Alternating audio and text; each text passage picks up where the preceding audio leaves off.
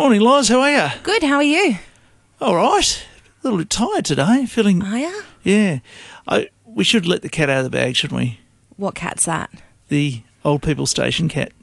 I don't think that's really letting a cat out of the bag. It's pretty obvious. Yeah. I'm doing 2 radio shows at once. Yes. How do you do that? You run from one studio to the other. It's as simple as that. It's nothing magic about it. You just literally run from one to the other. So I've done that apologies before. to anyone Crazy. for the occasional moment where I'm a little bit late coming back in. I'm so sorry if that's happened in the last couple of days, which we know it kind of has.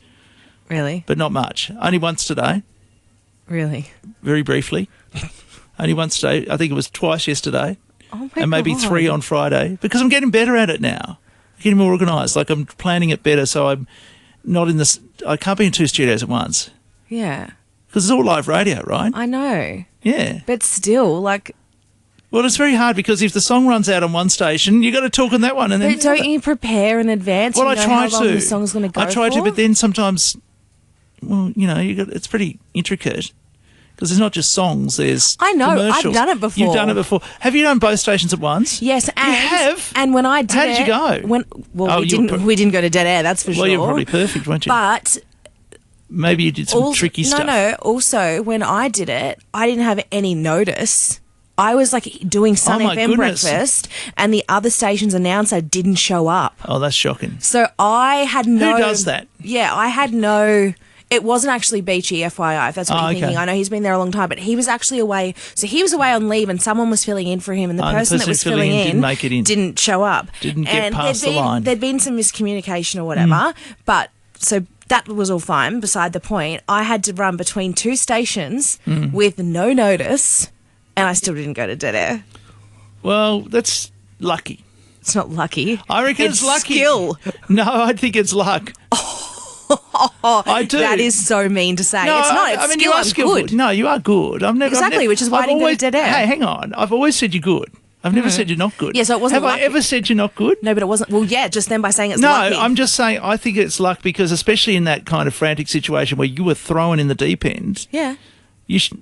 It's not luck. I'm just that good. No one would have had any issue if you know, because you there was no pre-planning for No. it. So no one, if you had gone to dead air, no one would have said, "Oh, you're terrible for it." No. Right. But my point being to you is that, you know, you had good luck that day. You were able to make it work. Again, not Because- luck, skill. Okay. Had you let me put it this way: had you ever done that radio station before? No. You'd never filled in on it. No. So you went in there and nutted it out. Yes. That's pretty good. I know. That's what I'm saying. Don't take away from my accomplishments by saying it was lucky. No. Well, it wasn't lucky. No, but I still feel like, I mean, obviously working it out was great. That's very smart, intelligent, showing your skill and ability. However, leave it at that. Why do you have to add to it? No, I think because one song there's a chance that one song will finish at the same time as the other song. Not if you quickly pre-plan the hour. Which is what I did. So I went, okay, I've got this many minutes until that song finishes, run into Sun and was like, I've got that many minutes, so which one do I have to do first and how long can I talk for? Okay. And then just one break at a time. Then once that hurdle was done, next hurdle. Had you been here a while? When Like was you knew the this? system? Yeah, I definitely knew the system. Yeah. I actually, at the time, I'm trying to think back, I'd only just come back full time. So prior to that, I'd only been here casual for years. Right. Yeah. So I was here from like 2009 until for like a few years. And then I went over to the East Coast and worked over there. Yeah. Then I came back for a little stint and then I went down to Melbourne for a year or so. Okay. Then when I came back Was to that town... the old system? Yeah, it was before we had Simeon. Okay. It was before we had Simeon. Just to, you know, stop, we're being a bit nerdy, I guess, but we have a system here that is... Why are you trying to find reasons why I made it work? Because the system we have now is like an old system that's just been kept going. Yeah. But when our owners changed, they brought this old system I know. back to us. The system we used The to have listeners know before was too. a really, really good system. Yeah, but they still had stop downs and songs. And Oh, yeah, I know. It was the exact same but that theory. system, I used that in Bendigo, and it was a much better system than what I'm using here today. Now, we don't blame our tools. We never do. No. However, you had good tools that day. However, you had good tools that day.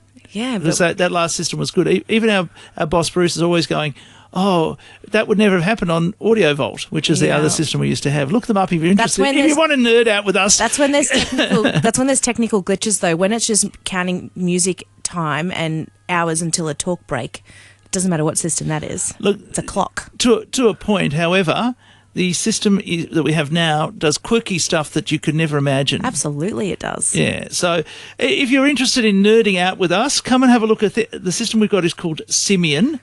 It's Simian. Google it. Yeah. And have a look at that compared to the system we used to use called Audio Vault, which is like a Rolls-Royce compared to this. It's not the Rolls-Royce, but it's definitely a good Ford Falcon. Do you know what you need? Yeah. A watch. I've got a watch. It's in my phone. No. I've always found like the watch on my wrist for this, like going between stations and stuff, because very rarely you're carrying your phone. Yeah. I've always found that to be much more... I'm always carrying my phone. Well, do you know why? I like to count my steps. I'm nerdy. Well, I find that to be much more helpful because if I'm in one studio and I go, okay, cool, there's 3 minutes and 35 seconds until there's a talk break, I can keep an eye on that, and so you never go to dead air. Yeah, okay.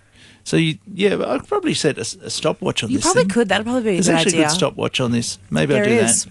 Maybe I'll do that. Good advice, good tips on time management. Yes. Are you good with office time management too?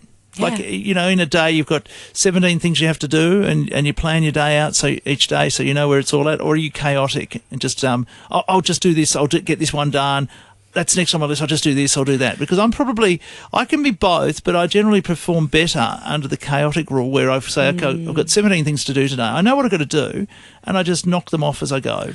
If I'm feeling more interested in that one, because my head sometimes goes, oh, that's boring, I don't want to do that, I'll knock off this one first. It's a hard question to answer because I'm actually very good at time management. Yeah, I'm gathering this. Because I'm a type A list maker, so that's why, right?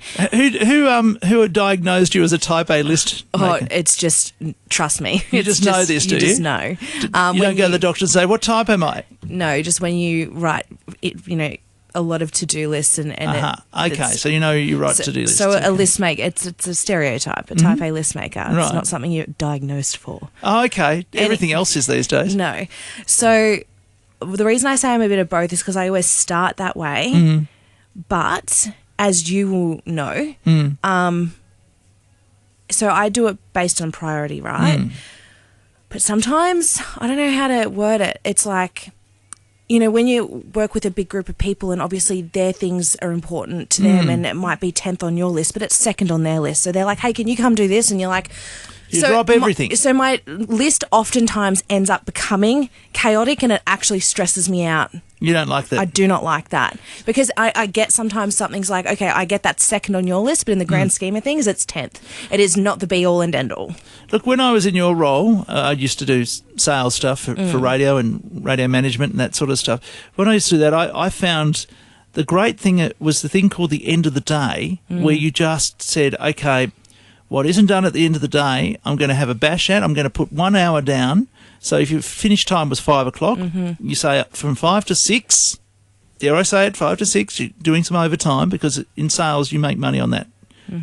Commission-based, right? You get commission as well as your wage. Yeah. I'm between 5 and 6, I'm going to see what I can knock off, what hasn't happened. The phones have stopped ringing. People are not asking for anything at 5 o'clock generally. That's all done. Now it's time, whether it's writing some scripts or getting that proposal done or sending off a booking to someone that needs to be urgently I get it all done during the day. I just don't like the chaotic interruptions. Whatever's left over, I will do between 5 and 6. Oh, God, there is nothing ever left over by 5 for me. So this is interesting. However, I try to make sure that during the day, when I was in those roles, that I get a siesta. I get 1 hour in the middle of the day. Oh, no. So and you got to remember, I was doing breakfast radio as well. Absolutely. So you would have needed it. Well, I had the latest starting breakfast show in the world. I started at 7 a.m. Yeah, right. My breakfast show was 7 to 10. Oh, lovely. Yeah, it was nice because that's what I negotiated. I said, I'm the station manager. Can I have this? I said this to the big GM down south. Yeah. I said, can I do this because I really don't want to be getting up at 6, starting radio show at 6, and then finishing my day at 3 when I've got sales stuff I can do in the afternoon. Absolutely. So between 9 and 10, I would do, there was less talking between 9 and 10. We did interviews between 9 and 10. I would do a little bit of admin work, come back into the studio, Yeah. Yeah, so that was, and then then I would try and have a little nap in the afternoon, like I'd take a proper siesta sometimes. I'd go home, because home was 3 minutes away, being in Port Hedland, WA, and I would have a little nap sometimes or something to eat at home, just relax, and then get back into work and go through till 6. Yeah, okay. So now you think about it, 7 a.m. to 6 p.m. with a 1 hour off in the middle of the day. That's a long day still. Absolutely it is. Yeah, but the big money was flowing in because we were selling the ads and we're getting onto it. Absolutely. That's what you've got to do. Anyway, we're going to get to the news or We then we do. know money for us. So we'll have a listen to our part 2. It's called Listen to Sun 969. It's the YouTube channel. Go and check it out.